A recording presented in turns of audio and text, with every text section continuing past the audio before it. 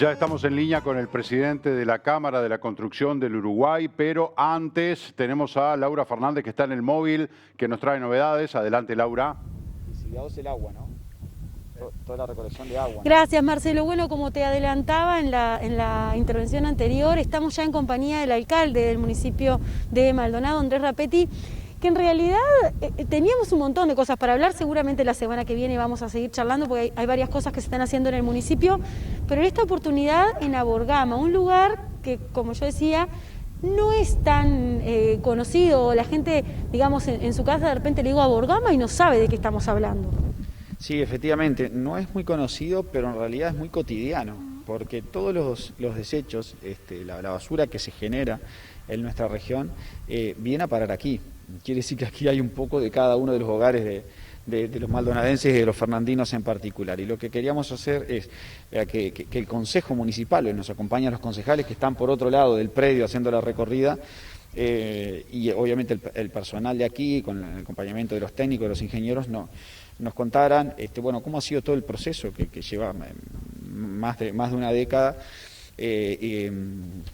cuál es el volumen de producción y sobre todo cuál es la proyección a futuro. Y para nosotros nos importa especialmente que la gente lo conozca. De hecho hablábamos de la posibilidad de incrementar la presencia de centros educativos que vinieran aquí, porque cuando nuestros niños y nuestros jóvenes observan esto, toman conciencia que ellos son parte de esto, que ellos son parte de lo que origina todo esto. Y, a las 12. Y la necesidad también de cuidar al medio ambiente que empieza por casa, ¿no? No obstante, Maldonado, tal cual nos lo explicaban en ese sentido, es modelo con esta planta que tenemos a nivel nacional. Siempre lo conversábamos, las exigencias de INAMA para Maldonado parece que fueran especialmente estrictos, cuando en otros lugares del país es mucho más laxo, mucho más flexible.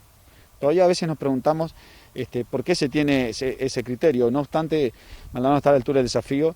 Es una planta modelo. Tengan en cuenta que se generan, nos explicaban, 95.000 toneladas de basura por año que llegan aquí, y se genera a través del gas una producción energética que da para alimentar aproximadamente, según la época del año, pero llega a alimentar hasta 4.000 hogares.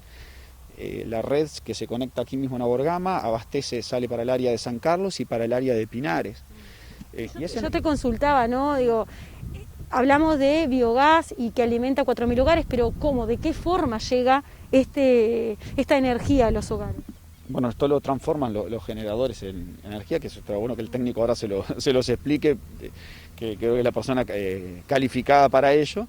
Se conecta a la red de UTE, que está acá enfrente a la planta, y ahí se distribuye el tendido a las subestaciones que tenemos en San Carlos y que tenemos en esta zona de Maldonado, que es el área de Pinares.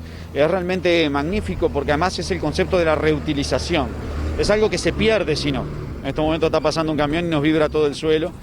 Es el concepto de la reutilización, que tendríamos que avanzar muchísimo más en el tema reciclado, clasificación, sí, pero por lo menos sabemos que lo que se genera aquí no solamente queda compactado y perdido, sino que hay una devolución energética que también se vuelca a beneficio del tendido eléctrico para toda la ciudad, ¿no? Tenemos poco tiempo y hay como mucho para hablar, pero algo que me pareció muy interesante que nos contabas antes de salir al aire es el tema de estas especies de montañas que se forman con la basura. Bueno, detrás nuestro también está pasando. Tienen un proceso que también después no es que van a ir creciendo, bajan. Sí, esos detalles me gustaría que se los contara el técnico, el ingeniero Pablo, más al detalle. Lo que sí es importante es que se están haciendo nuevas fosas para el depósito de basura, que increíblemente todavía están esperando la autorización de la DINAMA. Hace más de un año que están con esto ya. Por eso decía que a veces las exigencias para Maldonado parece que fueran mayores, y eso ha obligado inclusive a que se habilite, porque la basura se sigue generando, que eso es lo que nos explicaban. Es decir, acá no hay un momento de pausa, sube obviamente en la época de verano, a veces hasta se duplica la producción de basura, pero si no tenés el pozo habilitado, la basura la tienes que poner en algún otro lugar. Entonces se ha ido creciendo en un lugar donde ya se pensaba que iban a nivelar. Nos han contado también lo que es la reutilización, en realidad el tratamiento del agua, que de aquí se genera, que es obviamente agua contaminada. Hay una planta de tratamiento, que inclusive ahora la van a reutilizar para el riego sobre los montículos que ya han sido, que ya han terminado con la cimentación, el depósito de basura. Es interesantísimo para la población en general, pero especialmente para niños y jóvenes, conocer este lugar. Creo que nos puede permitir dar un paso importantísimo en lo que es la conciencia ambiental y el cuidado del entorno, y de lo que consumimos y de lo que producimos, ¿no? Obviamente cuando uno habla de reciclado, todo lo que es material reciclado suele por lo general ser mucho más costoso, y si es mucho más costoso y te cuesta el doble, acceder al mismo se hace mucho más oneroso. Pero sin duda que tenemos mucho para mejorar en este sentido, y hoy creo que nos están mostrando algún modelo que nos permite a los maldonadenses y a los fernandinos en particular estar muy orgullosos, ¿no? Muchísimas gracias, alcalde, lo dejo seguir, sé que tiene más vueltas para dar, hay reuniones por delante también, así que muchas gracias. Bueno, gracias a ustedes por acompañarnos y por ayudarnos a esta difusión que es tan importante. Saludos, creo que está Marcelo, ¿no? En el estudio, un saludo a Marcelo entonces.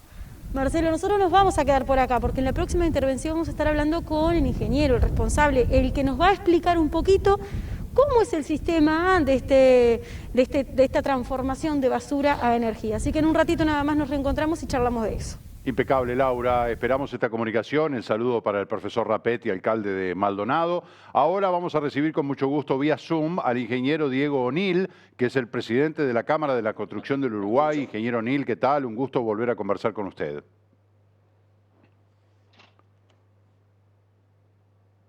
Buenos días.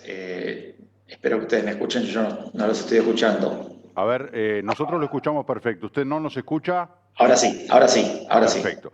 Bueno, un gusto volver a conversar con usted, ingeniero. Me fue la voz. Hace poco estuvimos visitándolo en su casa aquí en Punta del Este, cuando retomaba la construcción, la actividad nuevamente, haciendo... Me fue la voz. ¿Perdón? No estoy escuchando. No nos escucha. Bueno. Tenemos a ver algún problema, a ver si podemos lograr que... Ahora sí. Ahí sí nos escucha. Sostenido, sí. ¿Está bien? ¿Nos sigue escuchando? Sí. Bueno. Ahí no. Decía, ahí no. Bueno, tenemos un problemita allí. A ver cómo lo podemos solucionar para poder conversar con el ingeniero O'Neill, que además tiene poquitos minutos. Vamos a ver si podemos restablecer la comunicación, aunque sea de manera telefónica, porque tenemos poquitos minutos. El ingeniero O'Neill tiene varios compromisos asumidos y bueno, queremos tratar de aprovechar estos minutos que nos quedan. A modo de introducción, cuando en abril del 2020, al mes de decretar la emergencia sanitaria en Uruguay, se decidió que el sector de la construcción volviera a la actividad, había un miedo bárbaro, una incertidumbre tremenda, de decir, miles y miles de trabajadores que se van a aglomerar porque las obras podrán ser a cielo abierto, pero hay partes en las que no solamente no son a cielo abierto, sino que además necesariamente por el trabajo que hacen hay varios obreros cerca, ¿no? Con poca distancia entre uno y otro. Bueno, todos estos temores se fueron disipando porque se estableció un protocolo claro que se cumplió a rajatabla y que por eso en la construcción no hubo brotes de COVID-19. Eso le fue dando la confianza a la gente en lo que era el comenzar las actividades que paulatinamente se fueron dando a lo largo del 2020. Le quiero preguntar al ingeniero O'Neill, el regreso a la construcción, a la actividad en este 2021, ¿cómo fue? Bueno, como tú decías, en el 2020 nosotros trabajamos casi con normalidad. Hasta el mes de noviembre prácticamente no habíamos tenido casos en la industria. En diciembre algún caso apareció en línea con lo que estaba pasando a nivel general del país. Y ahora la vuelta a la licencia era un escenario que en alguna medida esperábamos. También hemos tenido algunos casos, fundamentalmente gente que se había contagiado en esos días de licencia de la construcción, que terminó el 11 de enero. Al volver el 12, en esos días sucesivos aparecieron algunos casos en distintas obras, pero siempre casos de contagio fuera de la obra, que en general tampoco generaron nuevos contagios a lo interno de la obra. En algunos casos sí, pero también pocos casos. No se ha generado ninguna situación, digamos, de desborde o de contagio o de un brote, digamos, dentro de la obra. Así que estamos trabajando también cumpliendo el protocolo con una normalidad bastante aceptable, digamos, con un buen desempeño, con algunos casos en línea también, como te decía, con lo que pasa a nivel general del país.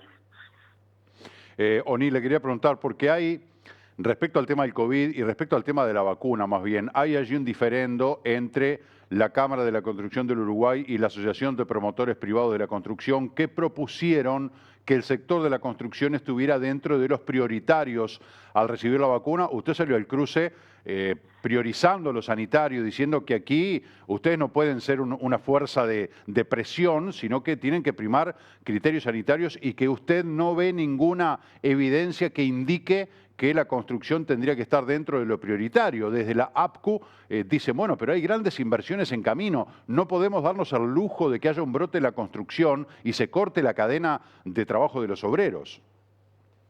Claro, este es un tema muy importante y muy sensible y que entendemos que debe ser manejado por las autoridades con los criterios sanitarios y con el apoyo de los científicos, y ir definiendo las distintas etapas de la vacunación, los sectores prioritarios, los sectores más vulnerables.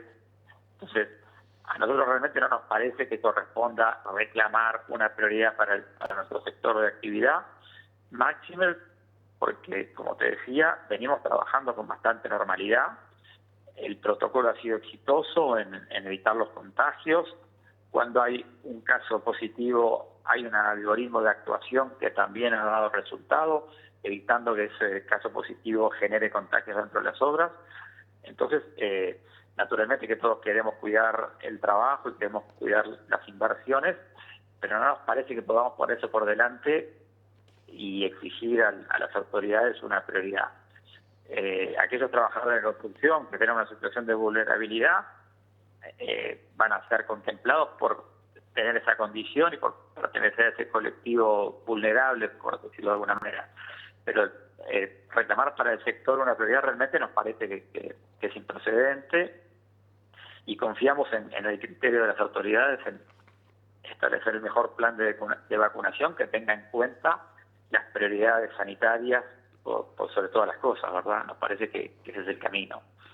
Desde luego que el faro siempre ha sido el sanitario, ¿verdad?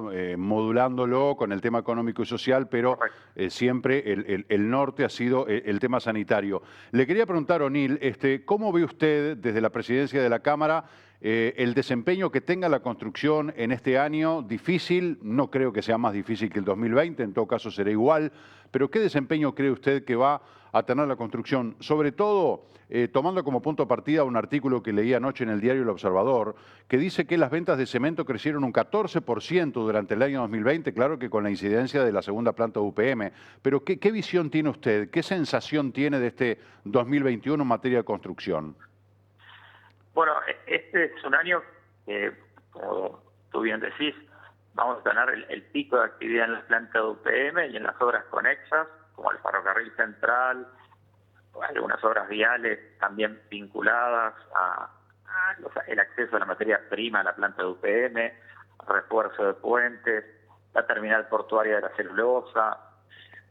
Todo eso indudablemente tiene un impacto importante, y además tenemos una fuerte expectativa de la inversión privada en vivienda en el marco de los beneficios que el Poder Ejecutivo ha otorgado el año pasado, tanto para los proyectos de vivienda promovida, para lo que se llama los proyectos de gran dimensión económica que van por la COMAC. Entonces, todo eso es un escenario de inversión privada que consideramos que va a empujar la industria, y vemos más sombras por el lado de la inversión pública, porque como todos sabemos el presupuesto es un presupuesto contractivo en cuanto a inversión por las restricciones fiscales que el país tiene, y ahí nosotros le hemos planteado al Ejecutivo, y entendemos que es algo que debería contemplar si es necesario para reactivar la economía y sobre todo para generar empleo, encontrar formas de inversión en infraestructura con financiamiento extra presupuestal, pero que también impulsen la actividad y generen empleo tan necesario ya antes de la pandemia y mucho más por las consecuencias que la pandemia ha tenido sobre la actividad en general. Claro. Entonces, en balance, un sector privado dinámico, esperamos para este año, pero una inversión pública que debería reforzarse con mecanismos de financiamiento alternativos ya que lo del presupuesto es bastante contractivo, digamos. Sí, claro, el ministro de Transporte y Obras Públicas ha anunciado, usted señalaba recién, el reforzamiento de puentes, construcciones de carreteras, mejoras en infraestructura vial, que eso evidentemente va a generar trabajo en todo el país, pero va a ser en el marco de un presupuesto acotado. Y en el marco de la ley de vivienda promovida que usted mencionaba, hay un gran proyecto aquí en Maldonado, allí sobre la avenida Roosevelt y Camacho, que bueno, va a generar mucho trabajo. ¿Cómo impacta el fallecimiento de Levitín? Yo sé que es un empresario entre tantos, pero sin lugar a dudas un hombre joven, un emprendedor importante. ¿Qué impacto cree usted que puede tener? Bueno, yo creo que es una lamentable pérdida para el país, porque Mauricio Levitín era un emprendedor de gran talla, muy conectado con el mundo financiero internacional, generador de muchos proyectos, se traducen en trabajo para muchos uruguayos. Entonces, realmente es una pérdida muy grande que lamentamos mucho. Tenemos la expectativa de que todo lo que estaba lanzado siga adelante. Creemos que eso va a ser así. Incluye este proyecto de Roosevelt que tú mencionabas, que indudablemente es un proyecto muy importante para Maldonado y que esperamos que a lo largo de 2020 se esté iniciando. Por un lado, una pérdida lamentable, pero por otro lado también la confianza de que las inversiones sigan su curso como está previsto. O'Neill, le quiero hacer dos preguntas en una. Por un lado, ¿hay forma de abaratar el metro cuadrado de construcción, que muchas veces se ha dicho que es exorbitantemente caro, por ejemplo, en Punta del Este y eventualmente en algunos lugares de Montevideo? Y lo otro, ¿lo que se construye se vende? Bueno, son dos preguntas muy interesantes y que podríamos estar un largo rato. Sin duda. Los constructores somos tomadores de precios, digamos. Por ejemplo, el acero es un artículo importado, en este momento ha tenido una suba importante, en torno al 12%, y se presume que va a seguir subiendo a lo largo del año. El cemento es otro insumo importante que en el Uruguay tiene un valor caro comparativamente con otros países, comparado con el precio internacional, digamos, con la paridad de exportación como está en el combustible, debería valer bastante menos. La mano de obra ha tenido un crecimiento importante en la última década o en los últimos 20 años, digamos. Entonces, el abaratamiento del costo de construcción es un trabajo permanente que la industria, que los constructores hacemos, buscando la incorporación de tecnología para mejorar la productividad, para ser más eficientes. Indudablemente, como te decía, hay cosas que son bastante rígidas y que no nos permiten ir más allá, pero digamos, es un esfuerzo constante porque indudablemente lo que se logre en abaratamiento seguramente repercute en una mejor comercialización de los productos y en una mayor inversión. Por el lado de las ventas, de la segunda parte de la pregunta, sí, ahí indudablemente estamos en un escenario de incertidumbre. El inversor, el desarrollador, sobre todo en lo que tiene que ver con edificios residenciales, oficinas, ese tipo de cosas, está ávido por invertir y todos estos beneficios que hizo el Poder Ejecutivo son muy bienvenidos. Indudablemente la incertidumbre está más bien por el lado de la demanda, porque se vende todo lo que se construye. Hemos tenido algunos meses complejos, por ejemplo, para los compradores que no son residentes, con el cierre de fronteras, con las dificultades de traslado, en fin. Pero nosotros creemos que eso se va a mantener porque, digamos, que la inversión en construcción se va a mantener porque sigue siendo un negocio rentable para el que compra una propiedad. Por ejemplo, la vivienda promovida sigue teniendo buenas tasas de rentabilidad, hay mucha gente que compra para alquilar, el mercado de arrendamientos sigue estando dinámico, entonces eso sigue siendo una buena colocación, un buen refugio del dinero. Con la vivienda suntuosa ya es distinto, es otro mercado, es más para refugio quizá o para usufructo, pero no tanto para arrendamiento. Pero nosotros somos optimistas en que el mercado inmobiliario va a seguir creciendo, va a seguir dinamizándose. Habrá algunos meses en que todavía la incertidumbre de la pandemia nos condicione, pero somos optimistas en que va a haber inversión y que va a haber demanda de esos productos también. Ingeniero Diego O'Neill, yo le quiero agradecer mucho por su tiempo. Tengo más preguntas, pero sabemos que usted tiene compromisos previamente asumidos y queremos ser respetuosos de su agenda. Un gusto conversar nuevamente con usted. Hasta pronto. Bueno, muchas gracias a ustedes y estamos a las órdenes para seguir conversando en otra oportunidad. Muchísimas gracias, será un placer como siempre, que le vaya muy bien. Bueno, preguntas, ¿no? Preguntas y más preguntas, porque el tema de la construcción parece sencillo decir, bueno, construcción, albañiles, obras, ¿qué más? Bueno, da muchísimo para hablar. El impacto del cierre de fronteras en la construcción, gente que no puede venir, gente que no puede mover su dinero en su país de origen y que por lo tanto no puede generar una inversión, más allá de que hoy hay un montón de posibilidades de mover dinero de manera electrónica, pero de todas maneras el tema del cierre de fronteras también ha tenido un impacto sin lugar a dudas en la industria de la construcción. Muchos dicen, bueno, los terrenos están sobrevaluados, vale un disparate un terreno, y después que compras un terreno tenés que pensar en construirle arriba, es un dineral, no es para cualquiera. Bueno, allí las promociones que hay y algunos incentivos, etcétera, modalidades de financiación, pero bueno, el tema de la construcción, de la vivienda, de la venta, toda esa zona de movimiento comercial, laboral, económico, financiero, siempre es muy importante, es muy volátil, muy móvil, depende mucho de las coyunturas, depende mucho de muchos indicadores. Vean ustedes que ante la pregunta de bajar el precio del metro cuadrado de construcción, el ingeniero O'Neill empezó a desglosar por los insumos, que hay insumos como el hierro que es importado, el tema del combustible que es muy caro. Todo eso, como en todo, forma una paramétrica de, bueno, a mí lo que me sale importar, yo los insumos los importo en dólares, yo acá vendo en dólares, o vendo en pesos, o financio en dólares. Bueno, todo eso me da que el metro cuadrado tiene que valer tanto con tanto. Y es complicado, o sea que no es una cuestión lineal o binaria de decir, bueno, es caro, es barato, lo subo, lo bajo. Hay una cantidad de cosas muy complejas, pero seguramente en algún momento tengamos posibilidad de volver a conversar con el ingeniero O'Neill. Tenemos algún mensaje, ya me tengo que ir a la pausa, pero quería leer un mensaje a raíz de este consentimiento informado que deberán firmar o deberemos firmar los pacientes para darnos la vacuna, exigencia de los laboratorios que contradice lo que señala el grupo asesor de nuestro gobierno en decir no es necesario porque la gente se puede de alguna manera amilanar. Entonces, aquí dice, bueno, me alegro mucho que esté bien, tiene razón lo que dijo, hay que ponerse en los zapatos del otro para saber lo que es, pero si se cuidan entre todos, nos cuidamos, bla, bla, bla, bla. Poca información sobre las vacunas, también porque los estatutos lo dice cada persona, decide si se la da o no, porque la persona que esté, que sea alérgica, por ejemplo, le tendría que explicar, dice Rosa, justo te escuchaba, porque todo medicamento tiene contraindicaciones, como las vacunas, por ejemplo. Esperemos que haya una buena información para todos los usuarios por parte del Ministerio de Salud Pública. Esto es clave.